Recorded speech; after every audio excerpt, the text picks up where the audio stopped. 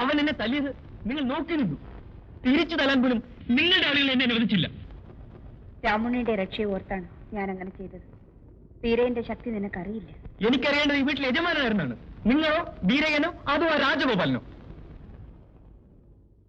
നിന്റെ ചോദ്യങ്ങൾക്കൊന്നും പെട്ടെന്ന് ഉത്തരം പറയാൻ എനിക്ക് കഴിയില്ല. ചെയ്യാത്ത കുറ്റത്തിന് ശിക്ഷ പറയുന്നതാണ് ഞാനിവിടെ നിൽക്കുന്നത്. എന്നാൽ അതിലും വലിയ ശിക്ഷയാണ് ഇവിടെ. എന്തിനാണ് നിങ്ങളെന്നെ ദ്രോഹിക്കുന്നത്? ഞാൻ എന്ത് തെറ്റ് ചെയ്തു? തെറ്റ് ചെയ്തത് ഞാനാണ്. ഒരു സ്ത്രീയും ചെയ്യാൻ പാടില്ലാത്ത കടും ക്രൂരത ഞാൻ ചെയ്തിട്ടുണ്ട് എന്റെ നിലനിൽപ്പിന് വേണ്ടി. എന്നാലും രാമുണ്ണിയെ വേദനിപ്പിക്കാൻ ഞാൻ ആഗ്രഹിച്ചിട്ടില്ല. നിന്റെ ശരീരത്തിൽ ഒരു പോരലേൽക്കുന്നത് പോലും എനിക്കിഷ്ടമല്ല. ഇങ്ങനെയൊക്കെ സംഭവിച്ചതിൽ എനിക്ക് ദുഃഖമുണ്ട് രാമുണ്ണി. എന്നോട് ക്ഷമിക്കൂ. രാഗസംഗമം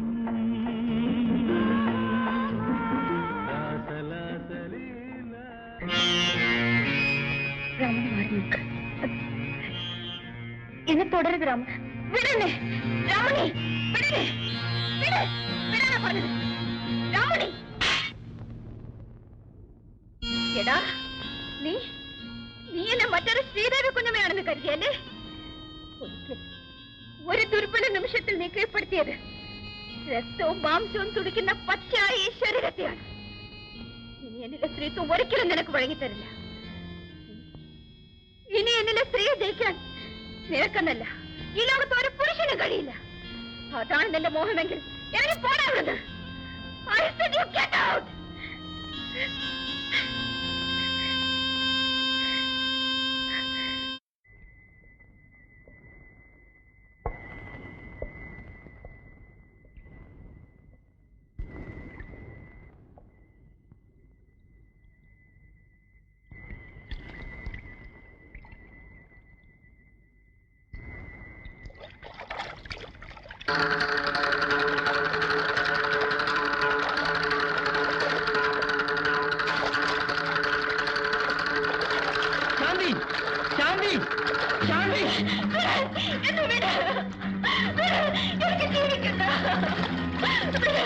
ഇല്ല, നിന്നെ ഞാൻ മരിക്കാൻ അനുവദിക്കില്ല.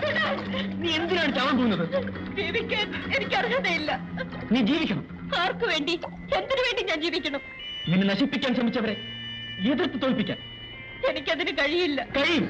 നീ ആരെയാണ് ഭയപ്പെടുന്നത് അവരെ നേരിടാൻ നിന്നോടൊപ്പം ഞാനും ഉണ്ടാകും. വേണ്ട, എന്റെ വഴിക്ക് എന്നെ വിട്ടേക്കോ. ശാന്തി,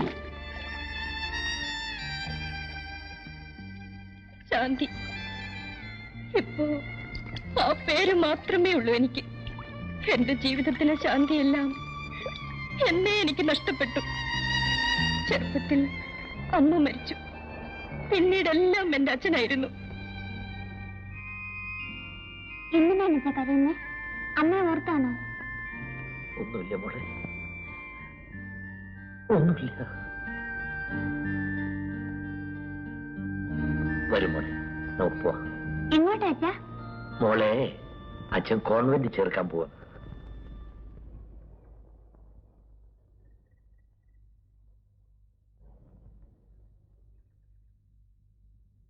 മോള് ഇന്നു മുതൽ ഇവിടെയാ താമസിക്കാൻ പോകുന്നു.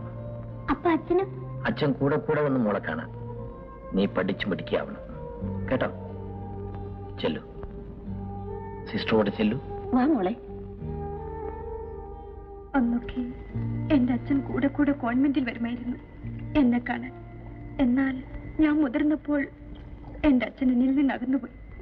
അതിന് കാരണക്കാരി ആ ജയന്തിയായിരുന്നു.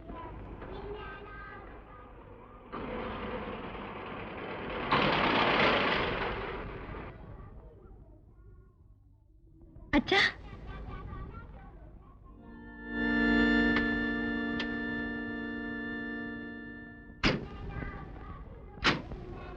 ഇതാരാ അച്ഛാ? മോളെ കുറിച്ച് അച്ഛൻ എന്നും പറയും. പക്ഷെ ശാന്തി ഇത്ര വളർന്ന കുട്ടിയാണ് ഞാനിപ്പോഴാണ് അറിയുന്നത്. എന്റെ വളർച്ച ചിലപ്പോ അച്ഛന് പറഞ്ഞു കാണില്ല. പരിഭവങ്ങളൊക്കെ പിന്നെ പറയാം, വീട്ടിൽ ചെന്നിട്ട്. എനിക്ക് പോരാൻ പറ്റില്ല അച്ഛാ, നാളെ എക്സാം തുടങ്ങിയാണ്. Please come. മോക്ക് അവരെ ഇഷ്ടപ്പെട്ടോ? എനിക്കവരെ അറിയില്ലല്ലോ. ജയന്തി എന്നാണ് പേര്. മോക്ക് ഇഷ്ടപ്പെട്ടെങ്കിൽ ഞാൻ അവരെ വിവാഹം കഴിക്കാൻ ആഗ്രഹിക്കുന്നു. മോൾ അമ്മയുടെ സ്ഥാനം. അച്ഛാ, എന്റെ അമ്മയുടെ സ്ഥാനം മറ്റൊരു സ്ത്രീക്കോ? ഇല്ല. ശാന്തി, ഞാൻ പറയുന്നത് കേൾക്കൂ. അച്ഛൻ ഇഷ്ടപ്പെട്ട ഏത് സ്ത്രീയും വിവാഹം കഴിക്കുന്നതിൽ എനിക്ക് എതിർപ്പില്ല. എന്നാൽ ആ സ്ത്രീ അച്ഛന്റെ ഭാര്യയല്ലാതെ എന്റെ അമ്മയാവില്ല. തീർച്ച. ശാന്തി, മോളെ ശാന്തി. പിന്നീട് ഒരിക്കലും എന്നെ കാണാൻ അച്ഛൻ വന്നില്ല. എന്നാൽ ശാന്തി,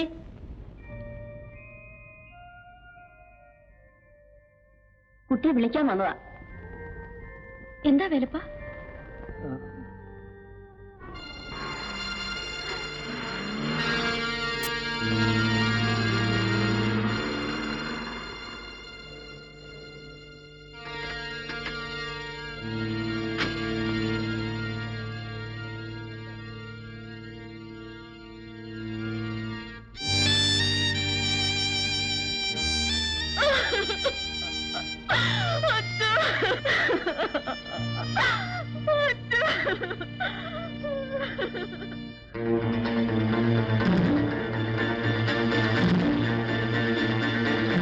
എന്റെ അച്ഛനെ കൊന്നത് അവളാണ്, ആ ജയന്തി.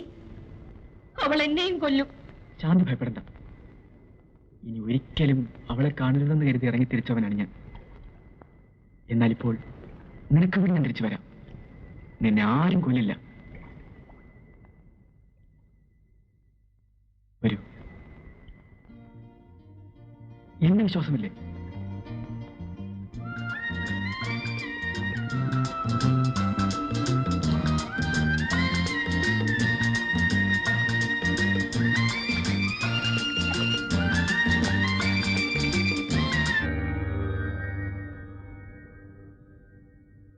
രാമുണ്ണിയെ ഇനിയും ആ വീട്ടിൽ വെച്ചുകൊണ്ടിരിക്കുന്ന ആപത്താണ്. അവനെ എങ്ങനെ നശിപ്പിച്ചേ തീരും. അവനെ നശിപ്പിച്ചതുകൊണ്ട് നമുക്കൊന്നും നേടാറില്ല. അവളെയാണ് നേരിടേണ്ടത്. അതിന് നിന്റെ ശക്തിയും ആവശ്യവും പറ്റില്ല. അവളെ തറ പറ്റിക്കാനുള്ള വഴി എനിക്കറിയാം. നീ ഇവിടെ നിൽക്കൂ.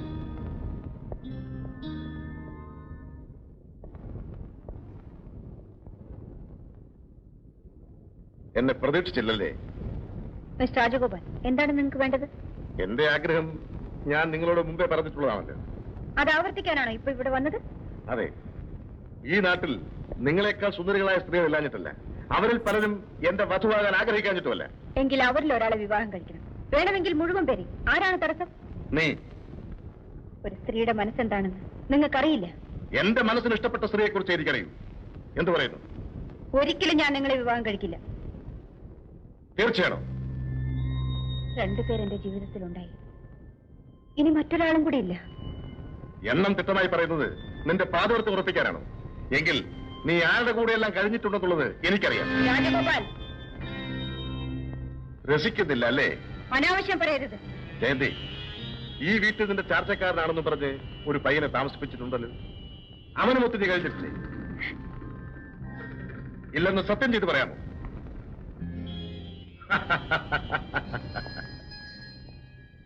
ഞാൻ നിന്നെ കുറ്റപ്പെടുത്തുന്നില്ല. ഭർത്താവ് നഷ്ടപ്പെട്ട ഒരു സ്ത്രീ യൗവനം നശിക്കാത്ത ഈ പ്രായത്തിൽ അല്പം പിഴച്ചുപോയാൽ അതൊരു തെറ്റല്ല.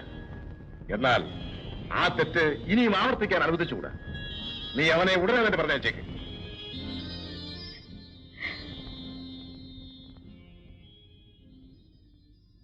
നിനക്കതിൽ വിഷമം കാണും. അക്കാര്യത്തിൽ നിന്നെ ഞാൻ സഹായിക്കാം.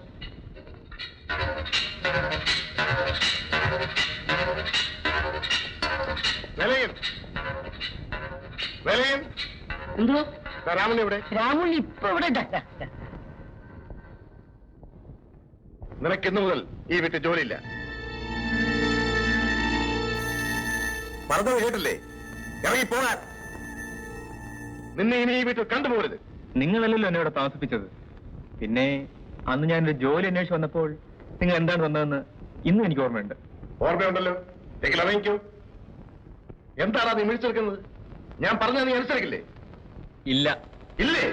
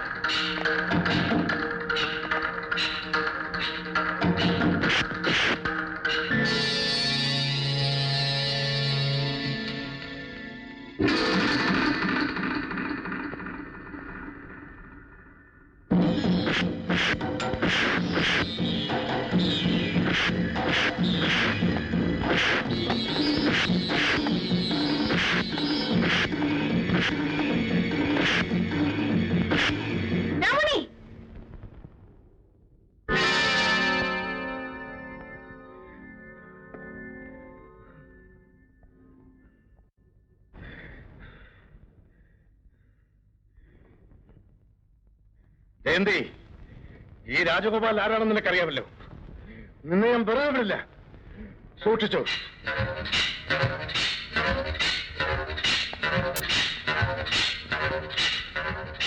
വാ,